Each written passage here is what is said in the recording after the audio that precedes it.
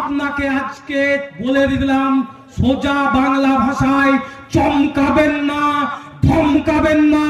একবার যদি রাস্তা ছেড়ে দিই, আমার ছেলেরা কেউ লাঠি ধরা ভুলে যায়নি।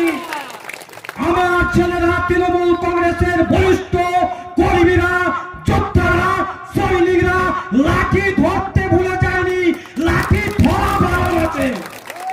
যদি একবার লাঠি ধরতে বলে, তোমার গাড়ি আস্ত থাকবে না, তোমার টিকি খুঁজে পাওয়া যাবে না, তুমি এখানে থাকবে না, তোমার চামচাদের খবর নেওয়ার কেউ থাকবে না।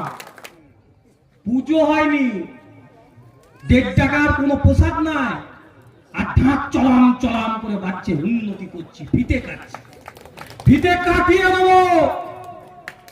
আপনাকে বলে যাচ্ছে আমি হামিদ, এরকম একটা মাইকিং টোটো পেরোচ্ছিল কুসুমুড়ি দিয়ে। আমাদের এখানকার বিধায়ক কালকে একটা অভিযোগ করেছে সোশ্যাল মিডিয়ার মাধ্যমে, প্রশাসনের কাছে একটা অভিযোগ করেছে যে প্রতিটা অঞ্চলে নাকি অপপ্রচার, বিভ্রান্ত ছড়াচ্ছে তৃণমূল কংগ্রেস। হঠাৎ করে দেখলাম সাংবাদিক আর বাংলা নিউজ, তিনি ফোন করছেন, একটা অভিযোগ এসছে এলাকা নাকি বিশৃঙ্খল করছে। কারা করছে? তৃণমূল কংগ্রেস। প্রতিটা অঞ্চলে অঞ্চলে টোটো বার করে বিভ্রান্ত ছড়াচ্ছে মানুষের মধ্যে, মানুষ বিভ্রান্ত হয়ে যাচ্ছে। হ্যাঁ, আর 3 মাস আপনার এমএলএ পোস্ট আছে। আমি আর বাংলাকে বিবৃতি দিলাম, যাক সাধুবাদ জানাই এমএলএ কে।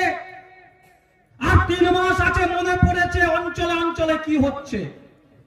আগে তো কোনোদিন খোঁজ খবর নিতে দেখিনি, তাই আমি আর বাংলা নিউজকে প্রথমে বিবৃতির মধ্য দিয়ে সাধুবাদ জানালাম। যাক, আমি এইটুকু খুশি হয়েছি, সে এলাকার অঞ্চলে অঞ্চলে খবর নিয়েছি।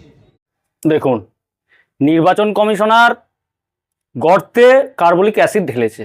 ওই 2-1টা মেটুলি বেরিয়ে আসবে, তাদের বীজ দাঁত কি করে ভাঙতে হয় সে আমার জানা আছে। আর এটা তো মানে গোটা রাজ্যের মানুষ জানে যে তৃণমূলের হচ্ছে নোংরা কালচার। ওরা ভাষা নিয়ে রাজনীতি করে, আর ওদের ওই রকমই তো ভাষা হবে। ওরা কে কি বললো না বললো আমার এতে কিছু যায় আসে না। মানুষকে মিথ্যা প্রচার করছে। এটা আমার বিধানসভার বিভিন্ন জায়গায় টোটো নিয়ে আমি থাকি না, আমি কলকাতা থেকে এসে শুনলাম যে এরকম মতো 2-1টা নাকি মেটুলি নাকি ইয়ে করছে। ওই রকম অনেক মেটুলি সাপ বেরোবে, তাদের বীজ দাঁত কি করে ভাঙতে হয় আমি জানা আছে।